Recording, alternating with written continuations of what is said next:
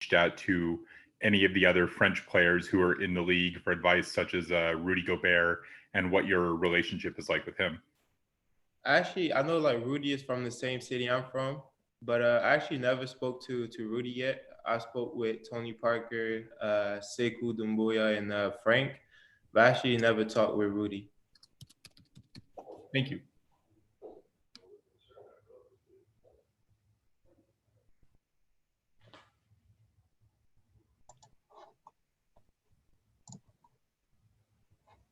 All right, next we have Matt George. Hi, Killian. Thank you so much for doing this. Matt George from KHDK Radio in Sacramento. Have you had any contact or any workouts with the Sacramento Kings? And if you don't mind giving your just general opinion of the Kings roster. I haven't had any meetings or workout with the Kings, but I think they have a great young team with Buddy Hield and De'Aaron Fox. They have a great backcourt, and I think they'll do great thing next season. All right, Lucas Feldhaus.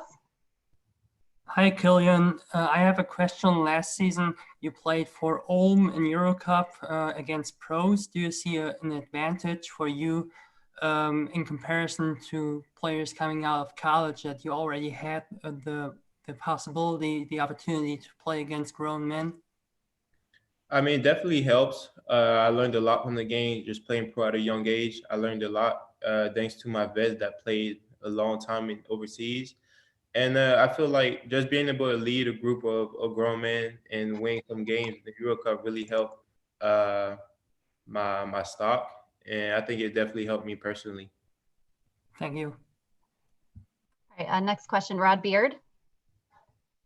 Hey, Killian, what's been your involvement with the Pistons? Have you done an in-person workout with them? And you mentioned Sekou. How much does that sort of chemistry with one of your countrymen, how would that help when you join a team and maybe he's been a little bit by himself, but having someone else to bounce ideas off and have that other francophone with him? Yeah, I've had a workout in the team interviews with the Pistons. And yeah, Sekou is one of my guys. I've known him for a long time now. And I feel like for me, it would be great just having somebody so I can feel like integrate myself a little quicker. Just having him around, showing me around would definitely help. All right, next we'll go to Davide Chinalato. Hey, Killian. My question is about what do you think is going to make you a great NBA player? Definitely my ability to adapt to any situation, come in and have an impact right away. Could be on the defensive end, could be on the offensive end. My ability to lead the squad on the floor, facilitate the game for everybody. Thank you. All right, next, Rylan Stiles. Hey, Killian, the Oklahoma City Thunder are rumored to be trying to move up in this draft. I was wondering if you've had any contact with them? I've had a Zoom interview with them, yeah. And how did that go? And how would you see yourself fitting in Oklahoma City? I mean, yeah, definitely it could be a nice option. I know last season with Dennis Schroeder and Shea, they had a great thing with Chris Paul. So definitely fitting in and bringing my piece would be a great thing. Hector Ledesma. Good afternoon. I'm wondering if the Spurs are one of the teams you've worked out for. I haven't worked out with the Spurs.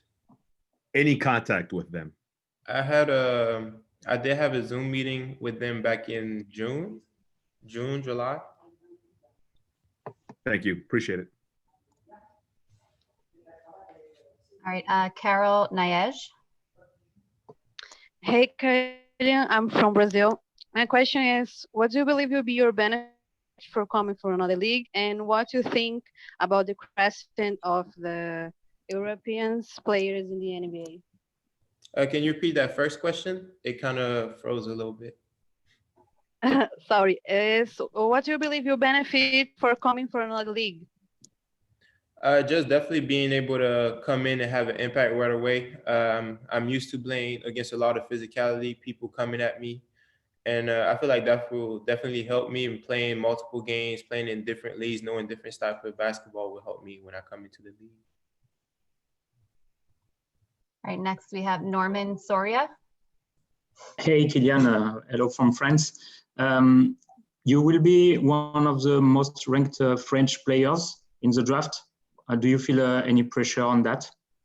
I mean, not at all. I feel like the draft, like where you get drafted at is the most important. The number don't really matter. It's all about the situation you get drafted at. Okay, thanks. All right, Christos Saltas. Hello, Killian. How was the last month for you? Do the whole workouts and the whole interviews about the next season, and also how you imagine the next season about your game and about your maturity? Yeah, so the last month's been a lot of team workouts. So, I mean, I love playing. I haven't played competitive basketball in a while, but working out in front of the team, just give it your all. Like, of course, you won't make every shot, but if you go 100%, they'll see that and just show what you improved on for the last 8 months. And like for next season, just come into the league. Just first of all, it's just come in first day at practice, show everybody what you're about, that they can really trust you, and that we all have the common goal, which is winning.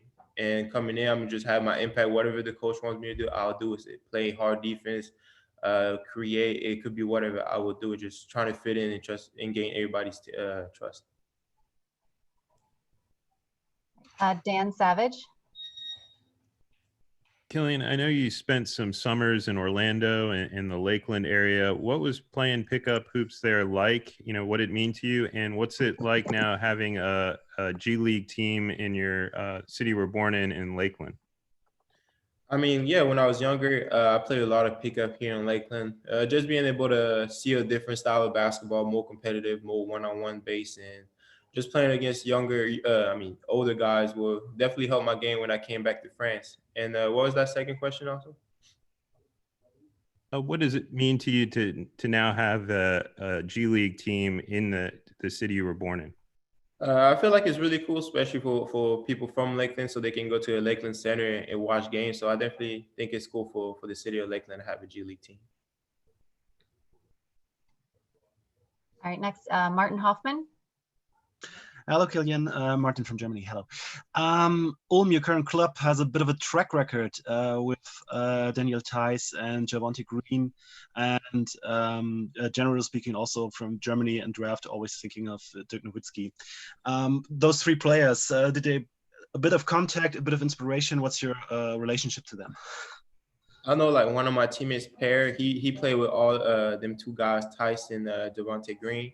He played with them two guys, but yeah, I didn't come in contact with them at all. But they just come from Ulm, and I know Ulm's a great place to be, so I'm not surprised that they made it and doing well in the league. Chase Hughes.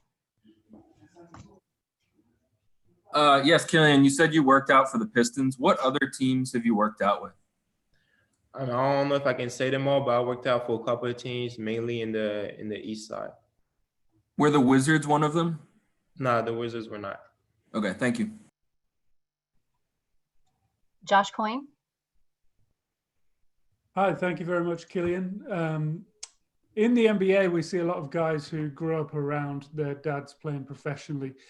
What do you think experiencing your dad's career growing up in France did for your development?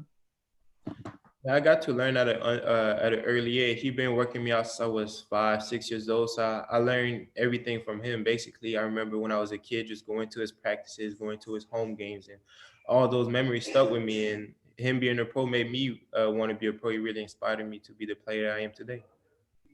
Thank you. Ferdinand Rivera. Hello, Killian from Puerto Rico. As an NBA player, what would you like to achieve besides winning a championship? Really inspire the next generation, especially in France. I know sport is getting bigger in France, but it's not as big as soccer. So just trying to inspire a lot of young French kids that they can make it to the NBA, that their dream can become possible. And just as my career, just trying to be an all-star, trying to be the best teammate and player I can be. I want to be remembered as somebody that wants to win. Lastly, as a child, which international player influenced the player you are today? Manu Ginobili, because I look at a lot of lefty, just the way he played the game, his footwork, his IQ, his passing ability. Thank you. Sean Barnard. Hi, Killian. Thanks for doing this. You have a much more mature feel of the game than a lot of prospects. think playing overseas helped with this, and are you confident that will translate right to the NBA? I mean, yeah, I got to learn a lot. At first, it wasn't like that, especially in I struggled the first couple of games of the season. But thanks to Coach Shaka and this whole staff, I watched a lot of tape and I learned from it. And like throughout the season, I just got better and better at it, at my decision making. Thank you. Next question, Matt Evans.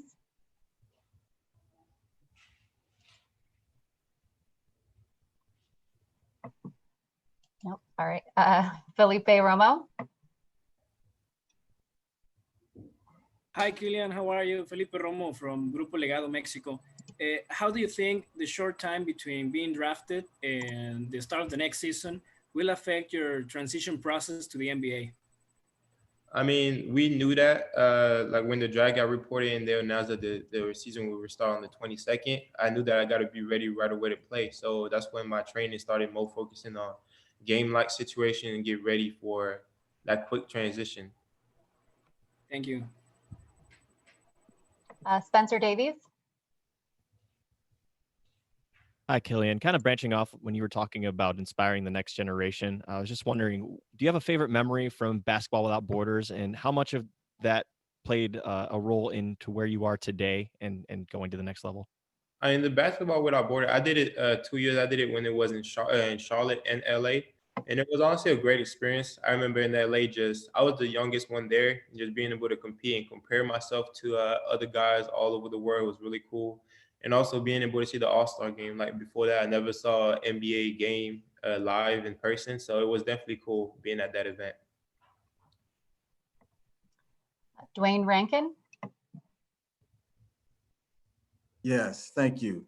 Killian, you made the point that the teams you worked out for have been on the east side, but I got to ask, because I got to do my job. Is Phoenix one of the teams you worked out for? I have not worked out with Phoenix. Okay. And just a follow-up, have you had any kind of contact with the Suns at all? No, I haven't had any interviews or workouts. Okay. Thank you, sir. Next, Richard Harris. Hi, Killian.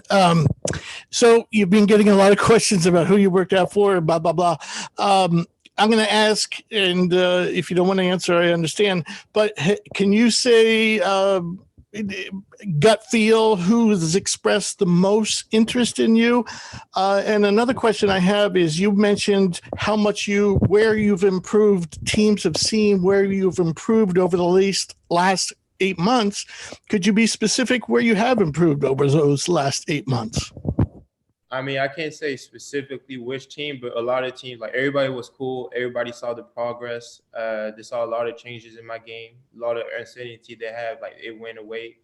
And yeah, I just had a great conversation with all the coaches and GMs. But for what I really improved on, really my body. Like as soon as you see me, you can see a big change from 8 months ago and now. There's a big difference. And also, I shocked a lot of people with my right hand. Like now they see me throwing bullet pass with my right hand. They see me finishing right, doing floaters with my right hand. So, and also my shooting. Like some people question my shooting form. They say I have a low release. Now my release is pretty high. I shoot it really well, and so all them doubts went away.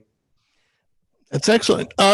Would you say, I've watched you a lot, and I felt that off the dribble, your shot was pretty clean, but catching and shooting, you seem to have some issues. You think you cleaned that up? Yeah, definitely clean that up, because I mean, during the season, as you can see, I had the ball in my hand most of the time.